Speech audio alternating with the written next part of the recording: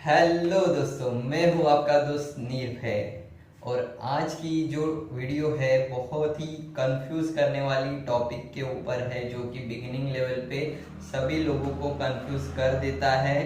क्योंकि beginning level पे scales क्या होती है, स्केल का यूज जो होता है, अलग अलग स्केल का यूज कैसे किया जाता है, जो भी बॉलीवुड सॉन्ग्स होते हैं वो अलग अलग स्केल्स में क्यों रिकॉर्ड किए जाते हैं।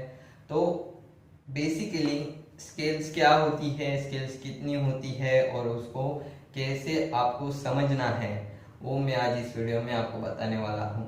सो with that said, let's roll the intro.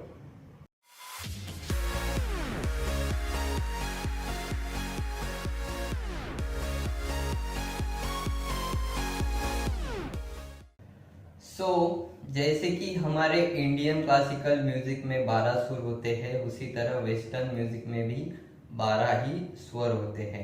Indian classical में उसे सा रे ग म प ध नि, कोमल रे कोमल घ, उसके बाद में तीव्र म, कोमल ध और कोमल नी ऐसे कहा जाता है। और वेस्टर्न म्यूजिक में उसको C D E F G A B, C sharp, D sharp, उसके बाद में एफ शार्प, जी शार्प और ए शार्प ऐसे उसको प्रोनाउंस किया जाता है। ठीक है, तो ये टोटल 12 सुर हमारे म्यूजिक में होते हैं और स्केल्स भी 12 ही होती है। हर एक सुर की एक फैमिली होती है, जैसे कि सी की एक स्केल होगी, फैमिली होगी, डी की एक स्केल होगी, एक उसकी फैमिली होगी।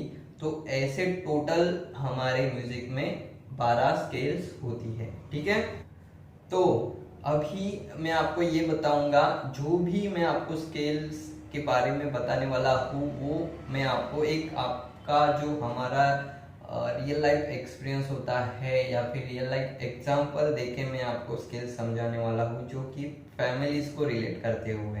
ठीक है, जैसे मेरी फैमिली है, आपकी फैमिली है, उन सबको रिलेट करते हुए मैं स्केल्स को थोड़ा सा आपको एक्सप्लेन करूंगा। अब हम सी को ऐसे समझेंगे, सी एक फादर फिगर है, एक फादर का रोल हम सी को देंगे। उसके बाद में डी को हम सी का पत्नी का रोल हम देंगे, जो कि मदर का रोल करेंगी। और ई को हम एक सन का रोल देंगे, जो कि सी डी इनका बेटा है। ऐसे समझेंगे। उसी तरह जो भी सारे 12 सुर हैं उनको आप हर एक फैमिली की तरह देखो, हर एक जो नोट है वो उन्हीं का फैमिली मेंबर है। ऐसे आपको समझना है कि ये 12 एक फैमिली के मेंबर्स हैं। ठीक है, अब जैसे कि हमारे फैमिली में पोजीशंस होती हैं। मेरे फैमिली में मेरी जो फादर का रोल कर रहे हुए वो एक मेंबर है, उसके बाद में मदर का एक पोजीशन है, उसके बाद में सन के पोजीशन में मैं हूँ, उसके बाद में डॉटर की पोजीशन में मेरी बहन है। तो हर एक फैमिलीज में ऐसी पोजीशन होती है, जो कि एक फादर, एक मदर, एक सन, उसके बाद में डॉटर, उसके बाद में दादाजी, दादी, ऐसी सारी पोजीशंस होती हैं। बरोबर। तो अब सा रे ग म प ध नि सा जो हम बजाते हैं, अगर मैं सी स्केल में सारे ग म प ध नि सा बजाओ तो सा ऐसे बजेगा, 3 जो होल है उनको क्लोज करते हुए। इसके बाद में रे ऐसे बजेगा। तो डी में भी वैसे ही बजेगा, डी में ये नहीं सा बजेगा। ओके, अगर स्केल चेंज होती है तो पोजीशंस जो है वो सेम ही रहेंगी। जो फिंगर्स पोजीशन है हमारी, यहाँ पे सा रे ग म प, उसी तरह सारी स्केल की फ्लूट्स पे सारे ग म प ध नि सा का जो पोजीशन होता है वो सेम होता है, वो अलग नहीं होता। ठीक है, वैसे ही सारी फैमिलीज में फादर का पोजीशन, मदर का पोजीशन वो सेम ही होता है। सिर्फ मेंबर्स जो होते हैं हर एक फैमिली के अलग अलग होते हैं। जैसे कि मेरी फैमिली है, उसी तरह आपकी फैमिली में भी फादर का रोल, मदर का रोल कोई और कर रहा है। बरोबर। तो अब ये जो सारे ग म प ध नि सा है, इनको हम पोजीशन समझेंगे कि ये पोजीशंस है सारे ग म प ध नि सा। अब आपको नीचे यहाँ पे स्क्रीन पे सी स्केल दिखाई दे रही होगी। ठीक है, जैसे कि मैंने आपको सी स्केल की हर एक सुर की एक फैमिली होती है वो बताया, राइट। अभी सी स्केल की जो फैमिली है, जो कि हम फादर बोले थे, जो कि मेन हमारा फैमिली के मेंबर्स होते हैं, जो फादर होते हैं, ठीक है। तो अब जो हमारे फादर की फैमिली होती है, तो सी स्केल की जो फैमिली है उनमें आप देखोगे कि मेंबर्स कौन कौन से हैं, C D E F G A B C, ये हो गए सी स्केल की फैमिली, जो कि सी स्केल के मेंबर है, जिसमें उनकी पत्नी, उनका बेटा, उनकी डॉटर, ये सब उसमें आ गए, राइट। उसी तरह जैसे मैंने आपको बोला था कि डी जो है वो सी की पत्नी है, मतलब जो फैमिली है उसमें वो मदर का रोल कर रही है।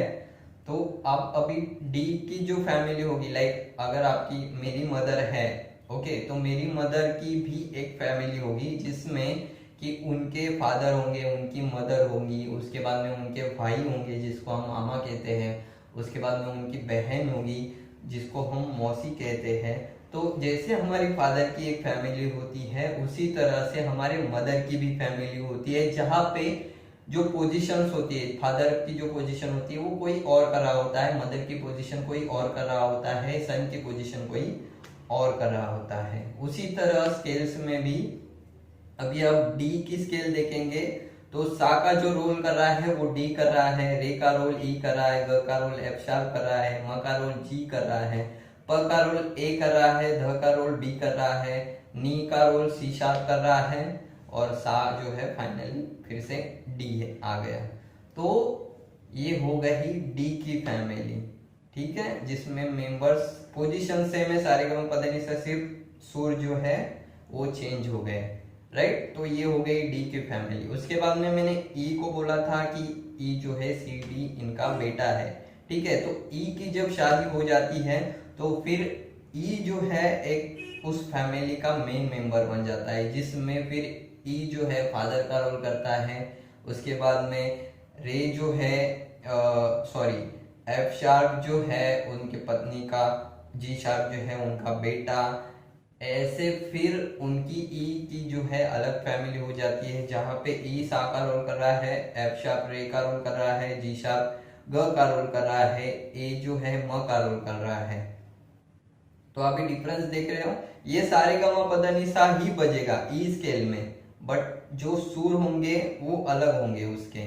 उसके बाद में डी का आप स्केल देखो तो डी स्केल में जो मेंबर्स है वो अलग है, सी स्केल में जो मेंबर्स है वो अलग है, पोजीशंस जो है सबकी अलग अलग है स्केल्स में। उसी तरह हमारे जो 12 सुर है, उन 12 सुरों की एक पर्टिकुलर फैमिली होती है, जिसका बिहेवियर एक दूसरे से अलग होता है। अब सी स्केल का जो टोन होगा वो डी स्केल से या फिर बाकी के जो 11 सुर है, जो 11 स्केल है उनसे अलग होता है।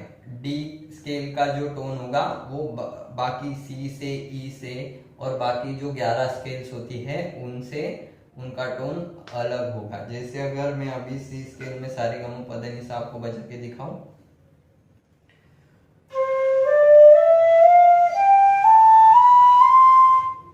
अभी वही मैं डी स्केल में बजाऊं,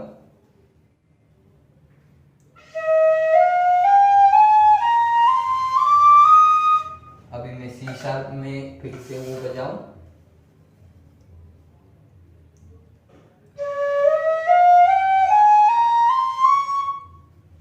अभी आपने डिफरेंस देखा होगा सी स्केल, डी स्केल और सी शार्प में जो तीनों का टोन है वो एक दूसरे से अलग है। एक इंडिविजुअल उनका टोन होता है, खुद का टोन होता है, खुद का बिहेवियर होता है। जैसे कि फैमिलीज में होता है, अगर मेरी फैमिलीज का बिहेवियर शांत है तो किसी और फैमिलीज का जो बिहेवियर होता है वो बहुत ही ज्यादा लविंग होता है, किसी फैमिली का जो बिहेवियर होता है वो ज्यादा एग्रेसिव होता है। तो उसी तरह ये जो 12 हमारे स्केल है उनकी जो बिहेवियर है, उनका जो टोन है वो एक दूसरे से अलग होता है, और हर एक स्केल में अलग अलग सुर होते हैं। जैसे कि अलग अलग मैंने आपको अभी यहाँ पे 3 स्केल्स आपको दिख रही होंगी, तो उनके जो मतलब पोजीशंस है, सारे गा मा पा धा नि सा की जो पोजीशंस है वहाँ पे हर एक स्केल में सभी नोट्स जो है वो अलग अलग बैठे हैं, राइट। तो ये होती है स्केल्स। अगर मैं टेक्निकल लैंग्वेज में म्यूजिक में समझाने जाऊँ तो वो थोड़ा सा आपको डिफिकल्ट होगा समझने में, बट मैंने ये जो है थोड़ा सा सोचा कि मैं फैमिलीज को यहाँ पे रिलेट करके आपको समझा सकता हूँ कि स्केल्स में क्या डिफरेंस होता है और कैसे अलग अलग स्केल्स में अलग अलग नोट्स आते हैं।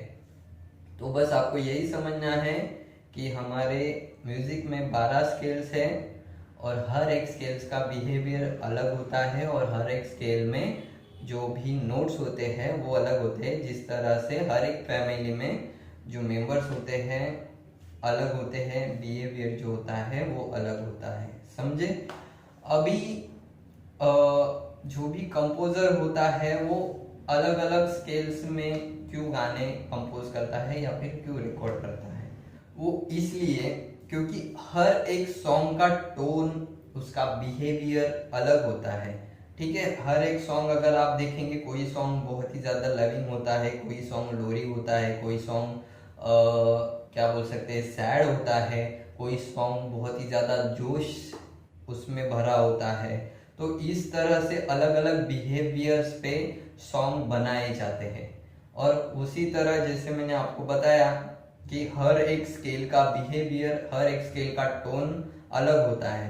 तो कंपोजर जो भी गाना बनाता है, जिस भी बिहेवियर का गाना बनाता है, उस तरह से वो टोन देखता है कि ये गाना कौन सी स्केल में फिट बस बैठ रहा है। अगर एक गाना है जो कि सैड है और वो सैड सॉन्ग अगर ई स्केल में फिट बैठ रहा है, अच्छा लग रहा है सुनने में, तो वो कंपोजर फिर वो ई स्केल उठा के उस ई स्केल में ही वो गाना पूरा रिकॉर्ड कर देते हैं। उसी तरह सारी गाने अलग अलग स्केल्स में होते हैं, जिसमें जो गाना अच्छा लगता है, टोन अच्छा लगता है, फिर वो स्केल उठा के उस स्केल में रिकॉर्ड कर दिया जाता है। इस वजह से जो सॉन्ग्स होते हैं वो अलग अलग स्केल्स में रिकॉर्ड किए जाते हैं। बाकी आप आगे प्रैक्टिस के चलते, एक्सपीरियंस के चलते और आपको डीपली स्केल्स को कैसे यूज करना है, कैसे स्केल्स को बदला जाता है, ये सब चीज़ें आप एक्सपीरियंस से सीखते चले जाएंगे 2-3-4-5 साल के प्रैक्टिस के चलते। ठीक है, तो ये बेसिक लेवल का मैंने आपको समझ में आए इस तरह से समझाने की कोशिश की है। सो आई होप कि ये वीडियो आपको स्केल्स समझने में हेल्प करे। ठीक है, सो अब मैं मिलता हूँ नेक्स्ट वीडियो में। तब तक के लिए keep practising, stay happy and bye bye.